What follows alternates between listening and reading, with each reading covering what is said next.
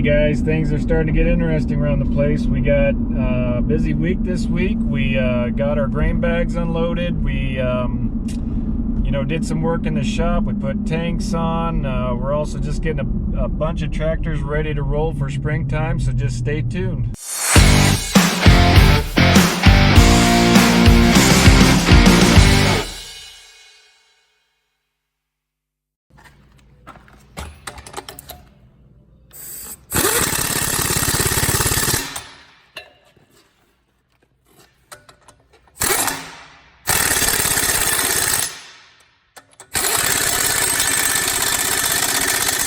Hey guys, today we're putting on Demco tanks on the other tractor.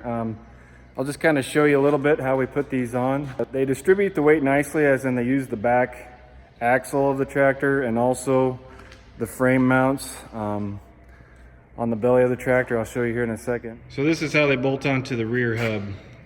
You basically, inside there, you take the regular tire bolts off, and then you put this whole inside bracket on, and then they got their own hub. This is Demco right here, and that spins inside and allows this to run steady. And this is what the back of the tanks bolt to keep that steady. It'll rotate, as you can see, and that's basically the bracket for the back. We got them on the other side here. We got them ready to go. We're just getting ready. My brother's getting the tanks out of the other side of the shop. This is how the front frame mounts. Uses the existing frame bolt. It actually goes in, that's actually your transmission, I believe, right there. But it bolts up to them. And so then it hangs out, and it'll kind of distribute the weight more evenly. And we really liked them. Last year was the first year we ran them, and they seem to work pretty good. The biggest thing is you just never hope that back bearing goes out.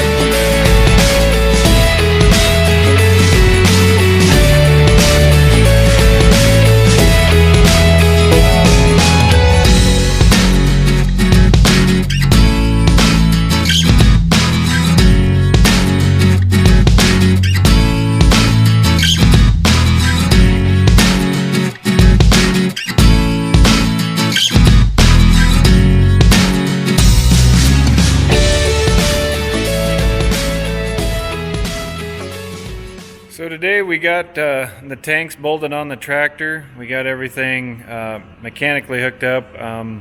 We got the pump on it.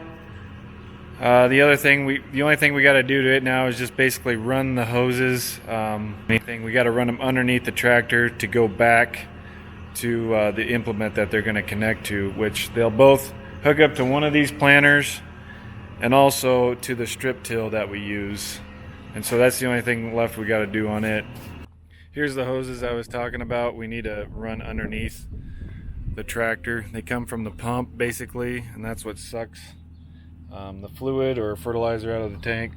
They'll need to run underneath the tractor and then go out the back. So what I'm doing right now is putting on a stock stomper. I don't know if you guys know exactly what that is, but what it is we do a lot of strip tilling, and so we follow the old track, and so basically our tires are running over that old stock, and so it's really hard on the tires. It eats them up a lot if we didn't run anything. So we run something like this.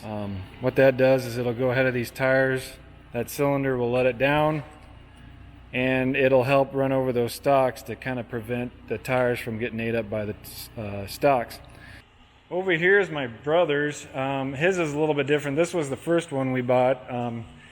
It's a little different. It doesn't use rollers, but it does the same thing. As you can see here, this one will just kind of shove them over like that. The cylinders will allow those to flip down, it'll shove them out of the way, and just basically help protect those tires a little bit more. So what we had, this is our last bag that we're on, and the end of it was just kind of in a low spot, had a drift of snow by it, and it was muddy and all get out. And at the end of the bag, apparently some coons or something kind of found out, and they just kind of poked little holes all over the bag. So we had a heck of a time. We ended up ripping the bag out to get started. So then we had to bring in our loader tractor to basically scoop the corn back enough so we could get the bag started again. And now we finally got it going, and hopefully we can get our last bag out.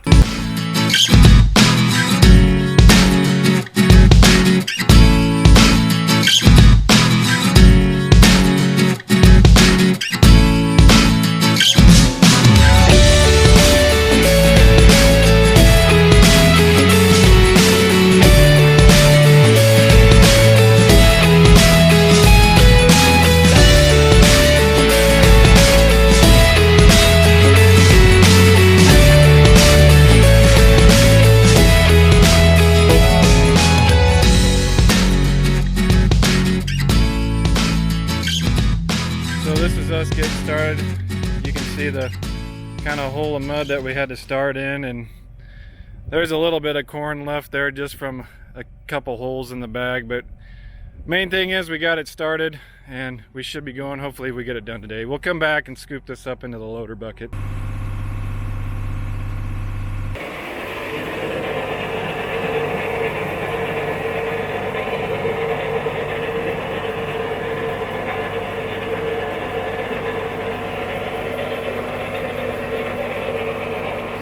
Gotta find that sweet spot.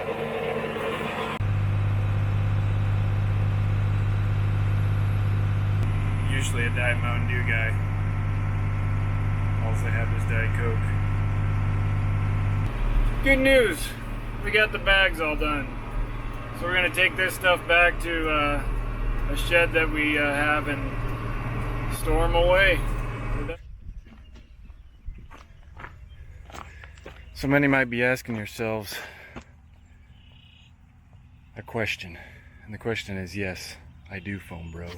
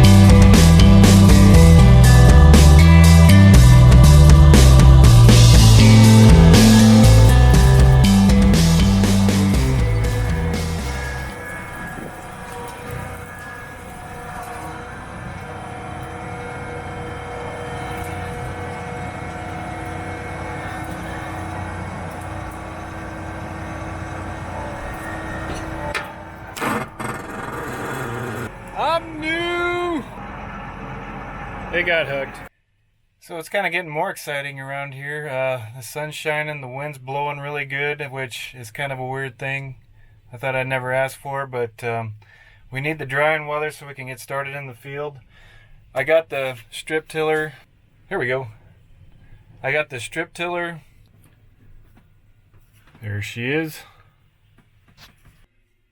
Got the tanks ready to go. What I'm doing right now is putting some water in the tank so we can test all the plumbing to see if we have any leaks anywhere, any issues. Here's a picture from inside the cab. That's where the pump is located. So it's all got to be ran through hoses and out the back through over there. So hopefully everything goes. We like to do it with water first because fertilizer's sticky.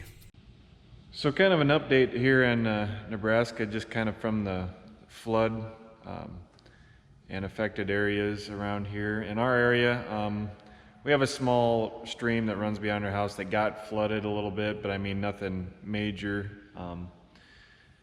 You know, it's humbling and just, well, for lack of a better term, awesome to see just the support from surrounding communities, surrounding states. You know, on Twitter I see a lot of pictures of just semis and pickups with flatbeds coming through with just hay, feed, and just all kinds of stuff. And actually, last night my mom was saying that they received just a bag of milk replacer, you know, and it's not that they super needed a bag of replacer, or I mean, not that we couldn't get it, but it's just the thought of somebody just kind of reaching out and showing, hey, you know, you kind of had some hardships, and just here you go.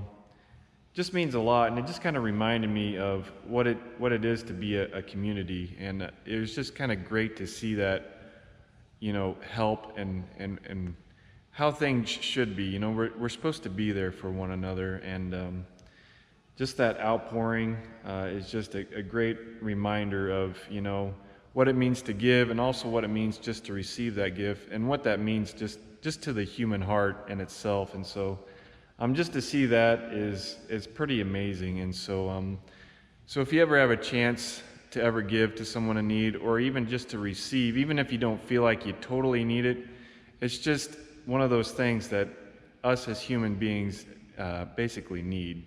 And so that's just kind of one of my outreaches on that. But as far as around here, you know, the infrastructure still is kind of weak, but guys are working at it, and slowly but surely, you know, we'll get it back in place. My heart still goes out to those guys that, you know, are way worse than we are. Back east, I know, where they had a lot of flooding and stuff. They, you know, they're still, you know, you see pictures, it's still pretty rough out there, and, you know, it's just going to take a lot of time. And so those guys will need more, and just, yeah, my thoughts and prayers goes out to them, and yeah, hopefully we'll get her recovered here for too long. So thanks a lot, guys, for all the support from surrounding states. You know, especially, it just means a lot to me, at least, anyway. So appreciate it.